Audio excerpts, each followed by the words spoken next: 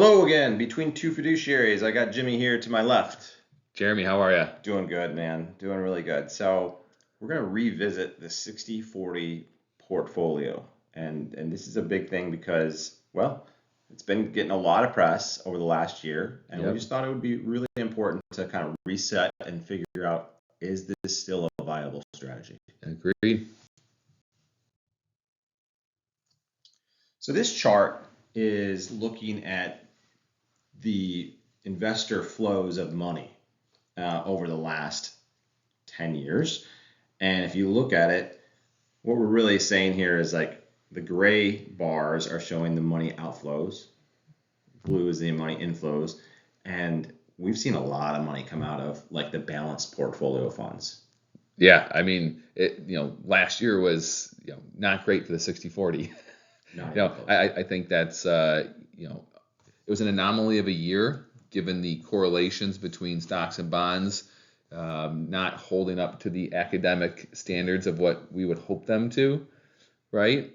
But do people tend to take money out of the strategy at the right time or the wrong time? Well, that's the herd mentality piece, and that's a psychological behavioral trait, right? Is that you tend to follow the herd, especially when there's danger. Sure. And that's a problem.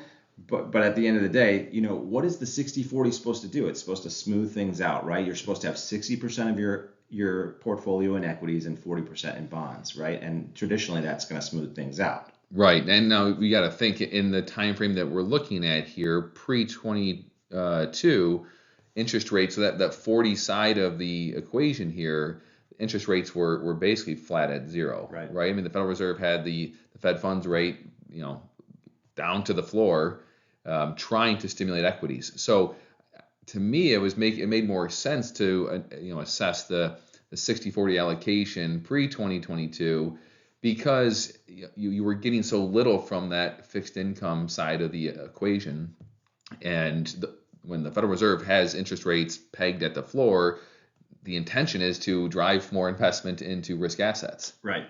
So that makes sense to have some outflows during those times. Yes. I mean, and that's what we see here. And this leads us into the next slide. Here we've got a longer view that we take, and I honestly, this one surprised me. I don't know about you, but this one surprised me. The top line there is the balanced portfolio. That's the 60/40. Yep. In this particular chart, it represents 60% in large cap and then 40% in a bond aggregate fund. And then your other two lines here are in the blue. It's buy the dip. Okay, it's buying the best performing asset class from the previous year, seeing that out. And then the last one is ride the wave, which is well, explain to me what that one is. I forget. So I think you just had a little bit backwards. Oh, yes, I did. The buy the dip is buying what was not performing the year before. There you go. Riding the wave is buying what had performed well the year before. Apologies. That's right. So I guess I was surprised at how well the 60/40 performed against those other strategies. Well, again, academically, the research goes back a long period of time, and it is supposed to smooth things out. And this was surprising to me as well to see the level and the amount of outperformance. Now we are going back to 2007 here, a $10,000 investment into each of the strategies, but you can clearly see it doesn't take long to look at this that the buy and hold, maintaining that allocation, has been by far the best decision to make. Yeah, and it does reallocate, right? That's an important factor in this little study here, is making sure that you're reallocating, holding to your 60/40 right allocations.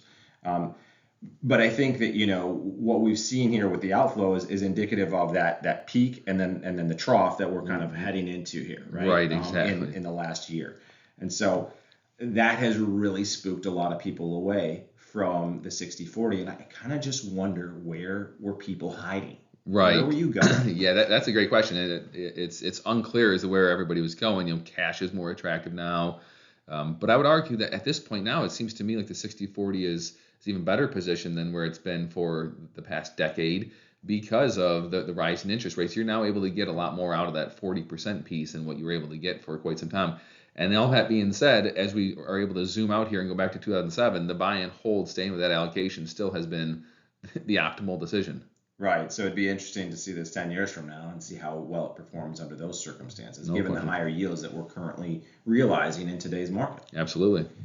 So, next slide.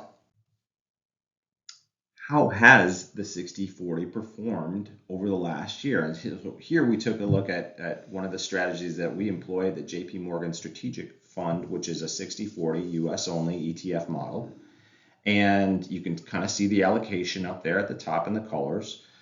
And really, it's done quite well. I know some of this stuff is rather small, so we'll just point you to the performance.